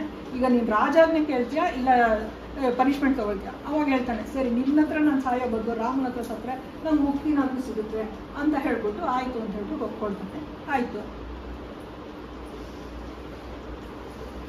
ಇದೇನಾಗುತ್ತೆ, ಸೀತೆ ಅಲ್ಲೇನಾಗುತ್ತೆ, ಅವ್ನು ಮಾರೀಚ ಎಷ್ಟಾದರೂ ಸಿಗಲ್ಲ. ಅವನು ಹಾ ಸೀತಾ, ಹಾ ಲಕ್ಷ್ಮಣ ಅಂದ್ಬಿಟ್ಟು ರಾಮನ ವಾಯ್ಸಲ್ಲಿ ಅವ್ನು ಸತ್ತೋಗ್ಬಿಡ್ತಾನೆ. ಅದನ್ನು ಕೇಳ್ಬಿಟ್ಟು ಸೀದಾ ಹೇಳ್ತಾರೆ, ಅಯ್ಯೋ ನೋಡೋ ನಿಮ್ಮ ಅಣ್ಣಂಗೆ ಏನೋ ತುಂಬ ತೊಂದರೆ ಆಗಂದ್ರೆ ಹೋಗೋ, ಇಲ್ಲ ಅಣ್ಣ ಅದಕ್ಕೆ ಅಣ್ಣಂಗೆ ಏನೂ ತೊಂದರೆ ಆಗಲ್ಲ ಅಂತ ಹೇಳ್ತಾರೆ. ಇವ್ರು ಕೇಳಲ್ಲ, ಇಲ್ಲ ನೀನು ಹೋಗಲೇಬೇಕು ಅಂತ ಹೇಳ್ತಾಳೆ. ಅವಾಗ ನೀನು ಹೋಗದೇ ಇದ್ರೆ ನೋಡು ನಾನು ಗೋದಾವರಿಗೆ ಹಾಕ್ಕೊಂಡು ಆತ್ಮಹತ್ಯೆ ಮಾಡ್ಕೊಂಡ್ಬಿಡ್ತೀನಿ ನಾನು ಅಂತೆಲ್ಲ ಬೆದರಿಸ್ತಾಳೆ. ಅಯ್ಯೋ ಇಲ್ಲ ಅದಕ್ಕೆ ಹಿಂಗೆ ಅಣ್ಣ ನೋಡಿದ್ರೆ ಇವ್ರು ಬಿಟ್ಟೋಗ್ಬೇಡ, ಇದು ಕಾಡು ರಾಕ್ಷಸ ಪ್ರದೇಶ ಅಂತ ಹೇಳಿದಾರಲ್ಲ. ಆಮೇಲೆ ಅವ್ನು ಹೇಳ್ತಾನೆ, ಅಮ್ಮ ನಾನು ಬರೋವರೆಗೂ ನೀನು ನಿತ್ಯ ಇಲ್ವೋ ನನಗೆ ಗೊತ್ತಿಲ್ಲ, ದೇವರೇ ನೀನು ಕಾಪಾಡಲಿಕ್ಕೆ ಹೋಗ್ತಾನೆ. ಈ ಗಂಡತೆ ನಾನು ನಿಮ್ಗೆ ಯಾಕೆ ಹೇಳ್ತೀನಿ ಅಂದರೆ, ಇದರಲ್ಲಿ ರಾಮಾನುಜ ಸಾಗರದಿಂದ ಬೇರೆ ಟಿ ವಿಲೆಲ್ಲ ಲಕ್ಷ್ಮಣ ರೇಖೆ ಹಾಕ್ತಾನೆ, ಅದು ಲಕ್ಷ್ಮಣ ರೇಖೆ ಇಲ್ಲ, ವಾಲ್ಮೀಕಿ ರಾಮಾಯಣದಲ್ಲಿ ಅದಿಲ್ಲ. ಸೊ ಹಾಗಾಗಿ ಆಯಿತು, ಅದೆಲ್ಲ ಇದಾಯಿತು. ಆಮೇಲೆ ಬರ್ತಾರೆ, ಇವಳನ್ನ ಅಪಹರಿಸ್ಕೊಂಡು ಹೋದಾಗ ಜಟಾಯು ಬರ್ತಾನೆ, ಕಾಪಾಡೋಕ್ಕಾಗಲ್ಲ, ಅವ್ನು ಪಾಪ ರೆಕ್ಕೆ ಎಲ್ಲ ಕಟ್ ಮಾಡಿ ಅವ್ನು ಹೋಗ್ತಾ ಇರ್ತಾನೆ. ಹೋಗ್ತಾ ಇದ್ದಾಗ ಒಂದು ಬೆಟ್ಟದಲ್ಲಿ ಒಂದು 4-5 ಜನ ವಾನರರು ಇರ್ತಾರೆ. ಇವ್ರು ಸೀತೆ ನೋಡ್ತಾಳೆ ರಾವಣ ಕರ್ಕೊಂಡು ಹೋಗ್ತಿದ್ದಾಗ. ಸರಿ ಇವ್ಳಿಯಾಗ ದಾರಿನಲ್ಲಿ ನಮ್ಮ ರಾಮ ಲಕ್ಷ್ಮಣ ಬಂದರೆ ಗೊತ್ತಾಗಲಿ ಅಂದ್ಬಿಟ್ಟು ಸೆರಗಿನ ತುದಿನ ಕಟ್ ಮಾಡಿಬಿಟ್ಟು ಇವ್ರ ಆಭರಣ ಏನಿದೆ ಅದನ್ನು ಅಂದ್ಬಿಟ್ಟು ಅಲ್ಲಿ ಬಿಸಾಕ್ಬಿಟ್ಟು ಹೋಗ್ತಾ ಇರ್ತಾಳೆ. ಸರಿ ಅದಾದಮೇಲೆ ಇಲ್ಲಿ ಬರುತ್ತೆ. ಸರಿ ಇವ್ರೇನು ಮಾಡ್ತಾರೆ, ಇಲ್ಲಿಂದ ಬಂದು ಹುಡುಕ್ತಾರೆ. ಆಮೇಲೆ ಜಟಾಯು ಹೇಳುತ್ತೆ ಈ ಥರ ಹಿಂಗೆ ಮಾಡ್ಬಿಟ್ಟ ಅಂತ. ಆಯ್ತಪ್ಪ ಅಂತ ಹೇಳ್ಬಿಟ್ಟು ಅವ್ನಿಗೆಲ್ಲ ಸಂಸ್ಕಾರ ಎಲ್ಲ ಮಾಡಿ ಮುಂದೆ ಹೋಗ್ತಾರೆ. ರಾವಣ ಈಗ ಕರ್ಕೊಂಡೋಗಿದ್ದಾನೆ ಅಂತ ಗೊತ್ತು, ಬಟ್ ಅವ್ನು ಎಲ್ಲಿದ್ದಾನೆ ಏನೂ ಗೊತ್ತಿಲ್ಲ. ಏನು ಮಾಡೋದು ಅಂತ ಹೀಗೆ ಹೋಗ್ತಾ ಇದ್ದಾಗ ಒಬ್ಬ ಕಬಂದ ಅಂತ ಹೇಳ್ತಾರೆ. ಅವನಿಗೆ ಏನಾಗಿರುತ್ತೆ ಅಂತಂದರೆ ತಲೆ ಎಲ್ಲ ಹೊಟ್ಟೆ ಒಳಗೆ ಸೇರ್ಕೊಂಡ್ಬಿಟ್ರೆ ಕಾಲಿರಲ್ಲ, ಕಬಂದ ಬಾಹು ಅಂತ ಹೇಳ್ತಾರೆ, ಬರೀ ಬಾಹು ಅಷ್ಟೇ ಇರುತ್ತೆ. ಅದರಲ್ಲೇ ಅವನ್ನೆಲ್ಲ ಇದನ್ನು ಬೇಟೆ ಆಡ್ಕೊಂಡು ತಿಂತಾ ಇರ್ತಾನೆ. ಸರಿ ಇವ್ರು ಬಂದಾಗ ಇವ್ರು ಇಟ್ಟು ಮಾಡಿದಾಗ ಇವ್ರಿಬ್ರು ಏನು ಮಾಡ್ಬಿಡ್ತಾರೆ, ರಾಮ ಲಕ್ಷ್ಮಣ ಇಬ್ಬರು ಇವ್ರು ಇದ್ದು ಭುಜಾನ್ ಕಟ್ ಮಾಡಿಬಿಟ್ಟು ಇವ್ನ ನೆಲಕ್ಕೆ ಕೂತ್ಬಿಟ್ಟು ಸುಟ್ಬಿಡೋಣ ಅಂದ್ಬಿಡ್ತಾರೆ.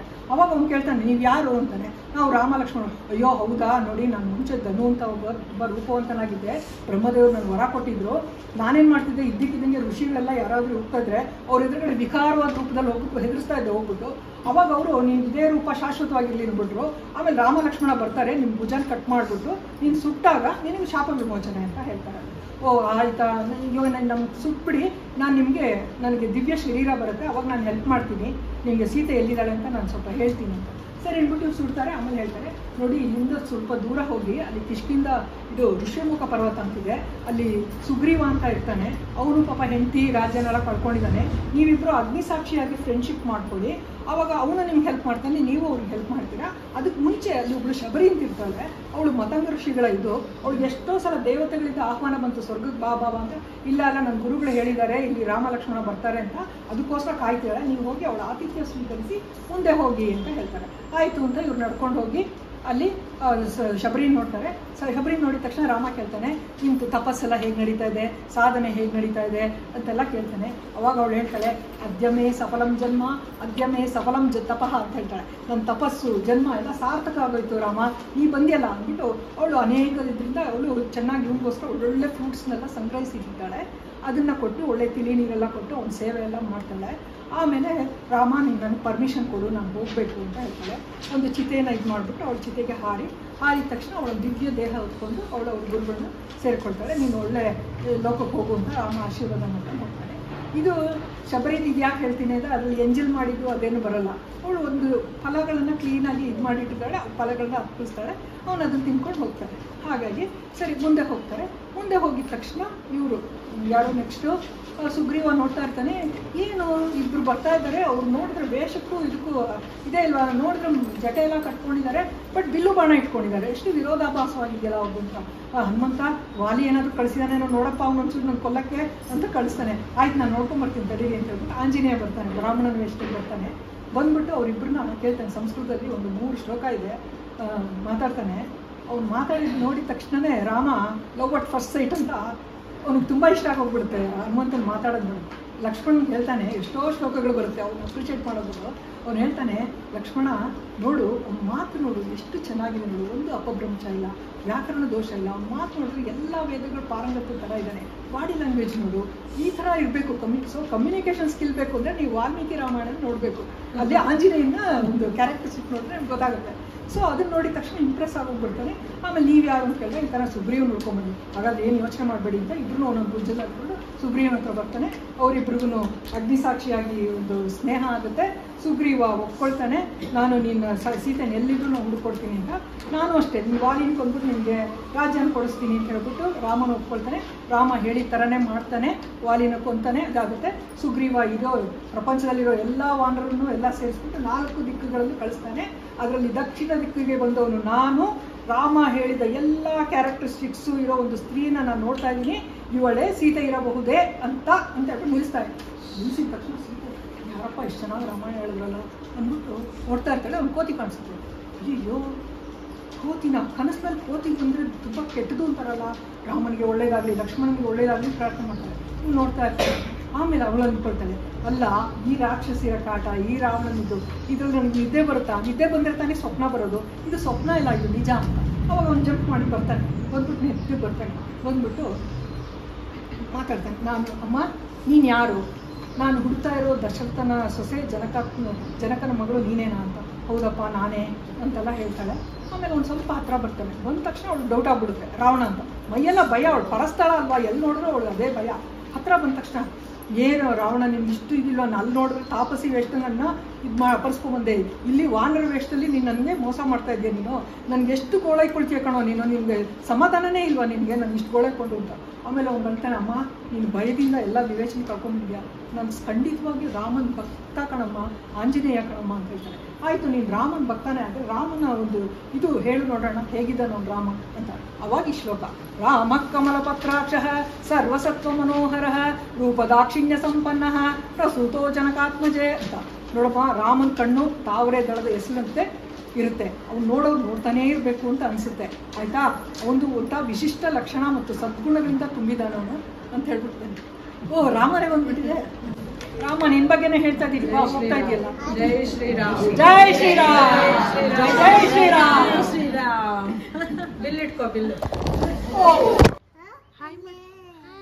ಶ್ರೀರಾಮ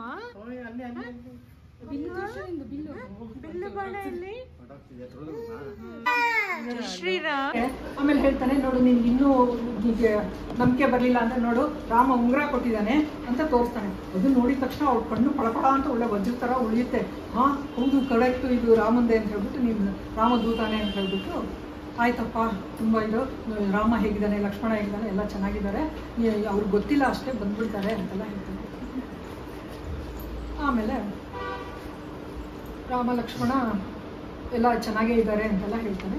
ಆಯಿತು, ಈಗ ನಾನು ಅವ್ನು ನೋಡಿದ್ದು ನಾನು ತೊಗೊಂಬಂದಾಯ್ತು, ಈಗ ನೀನೇನಾದರೂ ನನಗೆ ಗುರ್ತ್ಕೊಡು, ಇಲ್ಲ ನಾನು ನಿನ್ನ ಹತ್ರ ಬಂದು ಅವ್ನಿಗೇನು ಗೊತ್ತಾಗಬೇಕು, ನೀನೇನಾದರೂ ಹೇಳು ಅಂತ.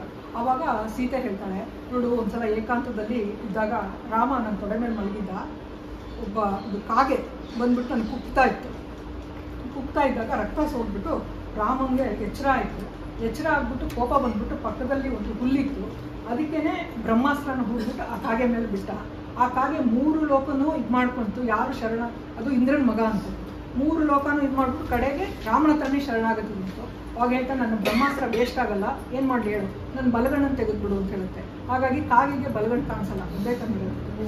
ಸೊ ಒಂದು ಆವಾಗ ಅದಾಗುತ್ತೆ, ಸರಿ ಅದೊಂದು. ಆಮೇಲೆ ಹೇಳ್ತಾಳೆ, ನೋಡು ಇದೊಂದು ಚೂಡಾಮಣಿ ಇದನ್ನು ತಗೋ, ಇದನ್ನ ನೋಡಿದ್ರೆ ರಾಮನ್ಗೆ ನನ್ನ ತಾಯಿ ನಾನು ಮತ್ತು ದಶರಥ 3 ಒಟ್ಟಿಗೆ ಜ್ಞಾಪಕ ಬರ್ತಾರೆ, ನೀನು ನನ್ನ ಹತ್ರ ಬಂದಿದ್ಯಾ ಅಂತ ಗೊತ್ತಾಗುತ್ತೆ ಅಂತ.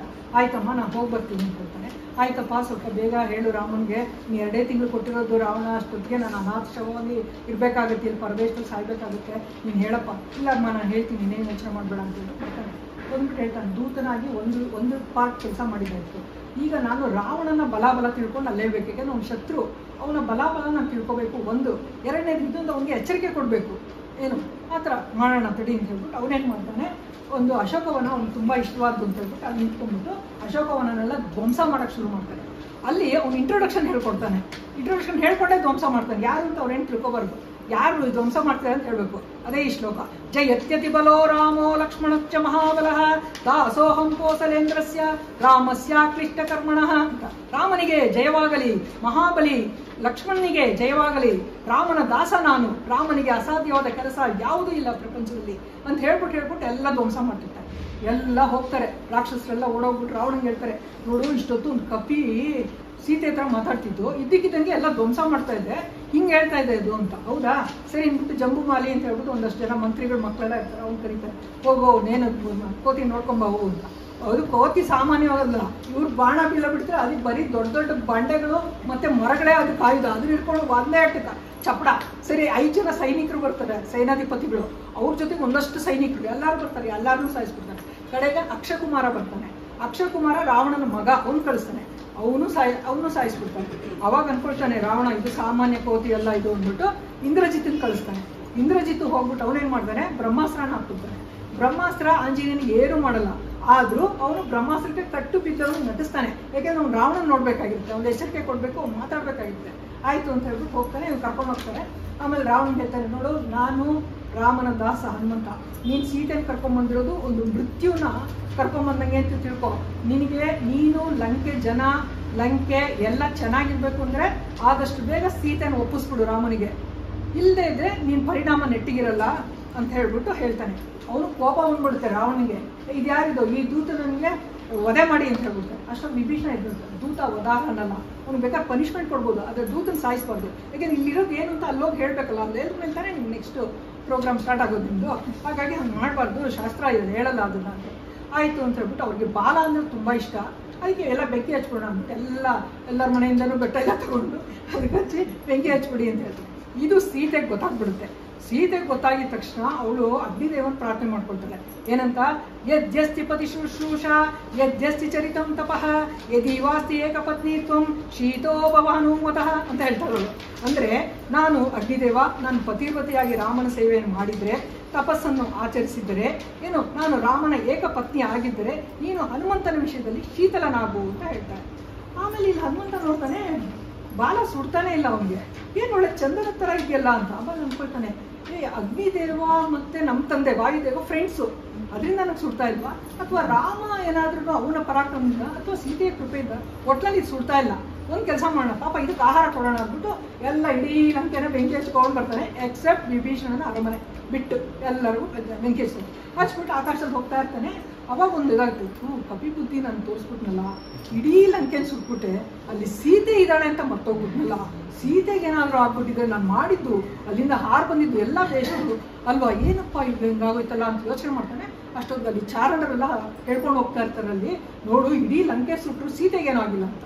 ಹೌದಲ್ವಾ, ನನಗೆ ಅಗ್ನಿದೇವ ಸುಡ್ಲಿಲ್ಲ ಅಂದ್ರೆ ಸೀತೆಗೆ ಮಾಡ್ತಾನ, ಅಯ್ಯೋ ನಾನೊಂದು ಹೋಗ್ಬಿಟ್ಟು ಸಮುದ್ರದಲ್ಲಿ ಹೋಗ್ಬಿಟ್ಟು ಆ ಬಾಲದ ಬೆಂಕಿನೆಲ್ಲ ಆರಿಸ್ಬಿಟ್ಟು ಸೀತೆಗೆ ಹೋಗ್ಬಿಟ್ಟು ಅಮ್ಮ ನಮಸ್ಕಾರ ಅಂತ ಹೇಳ್ತಾನೆ.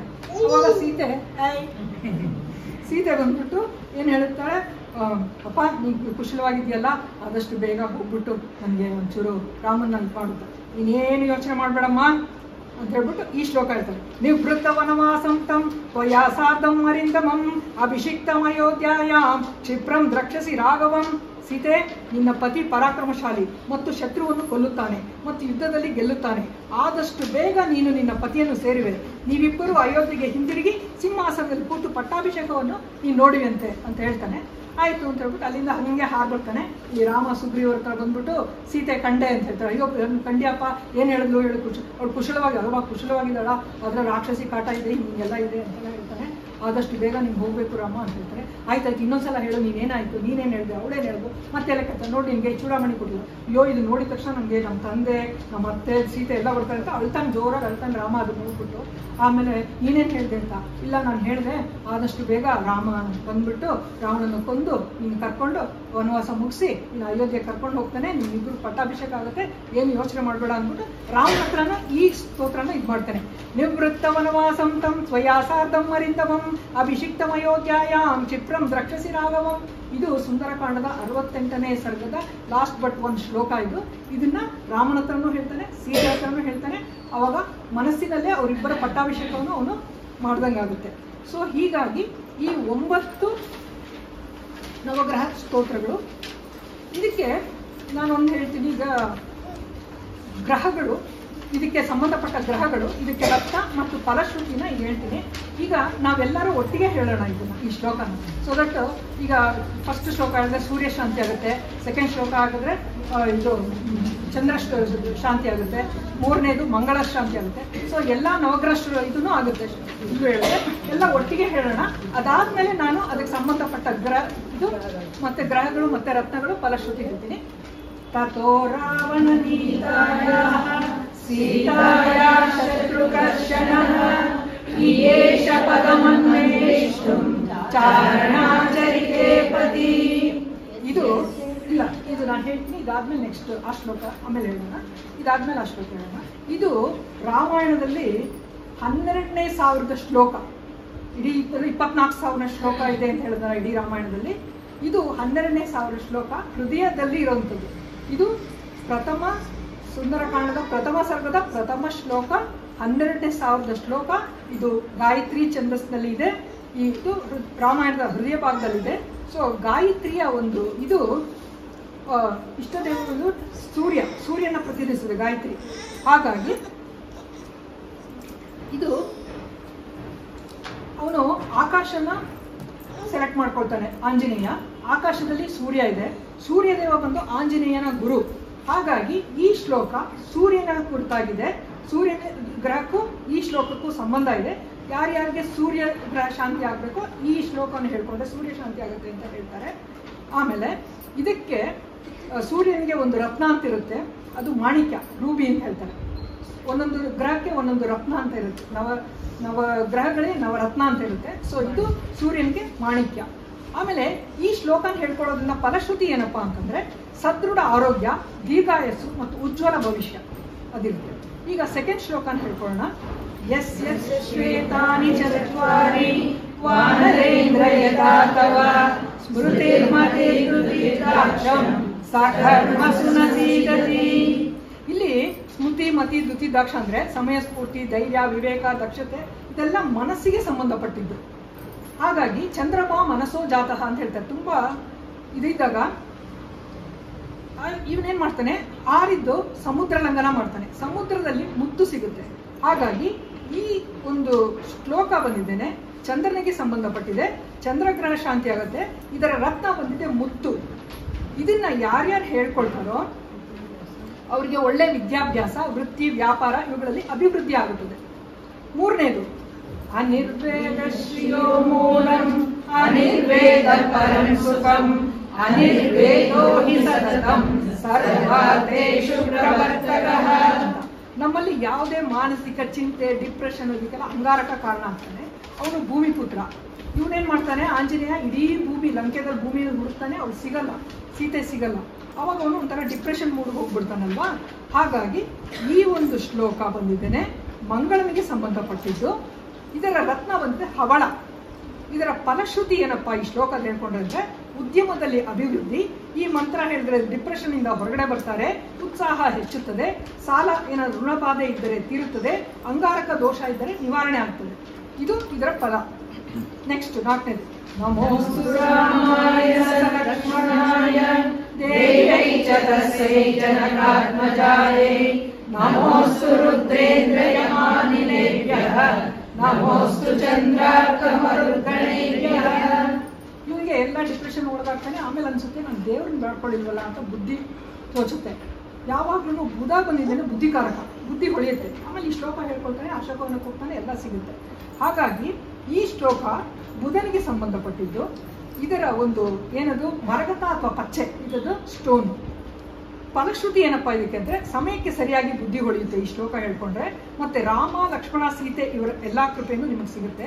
ಆಮೇಲೆ ಎಲ್ಲಾ ಕಾರ್ಯಗಳಲ್ಲೂ ಅವರು ಯಶಸ್ವಿ ಆಗ್ತಾರೆ.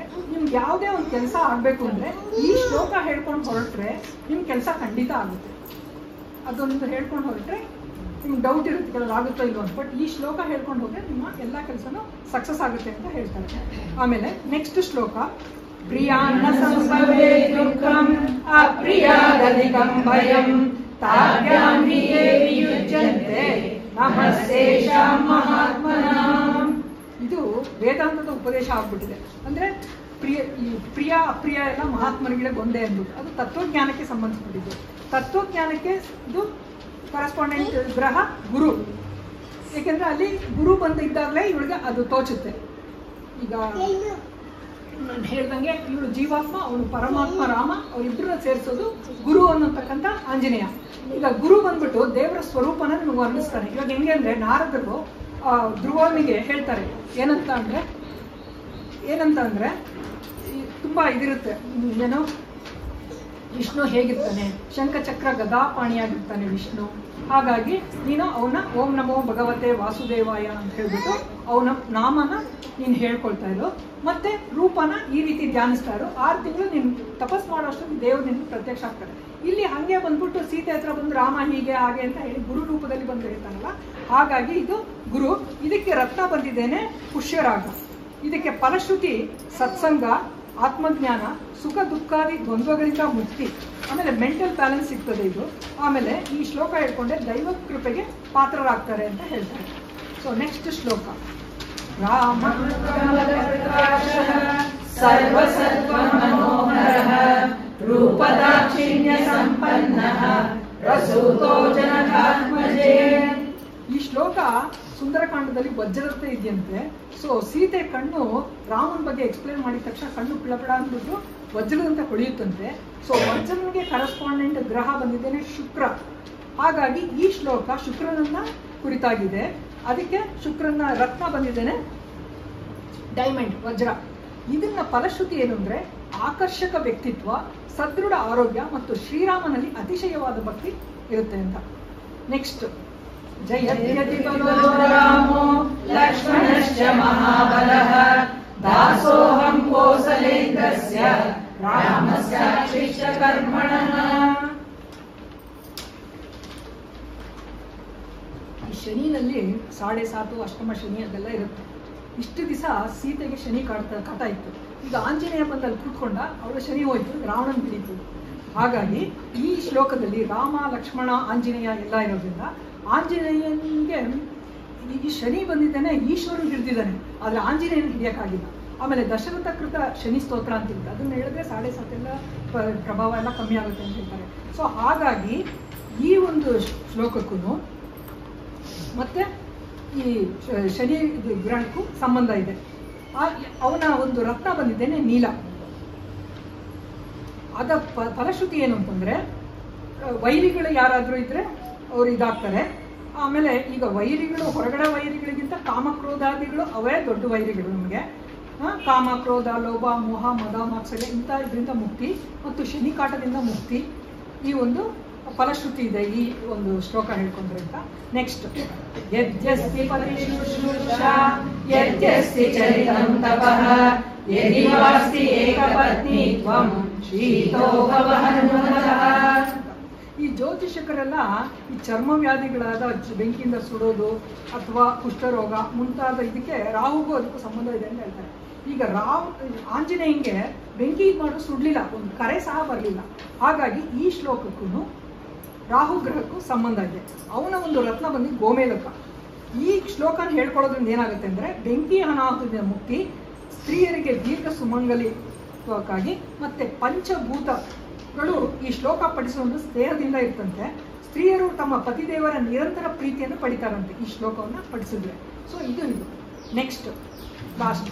ನಿವೃತ್ತವನವಾಸಂತಂ ತ್ವಯಾ ಸಾಧಂ ಹರಿಂದಮಂ ಅಭಿಷಿಕ್ತಮಯೋಧ್ಯಾಯಾಂ ಕ್ಷೇತ್ರಂ ರಕ್ಷಸಿ ರಾಘವಂ ಅಂತ.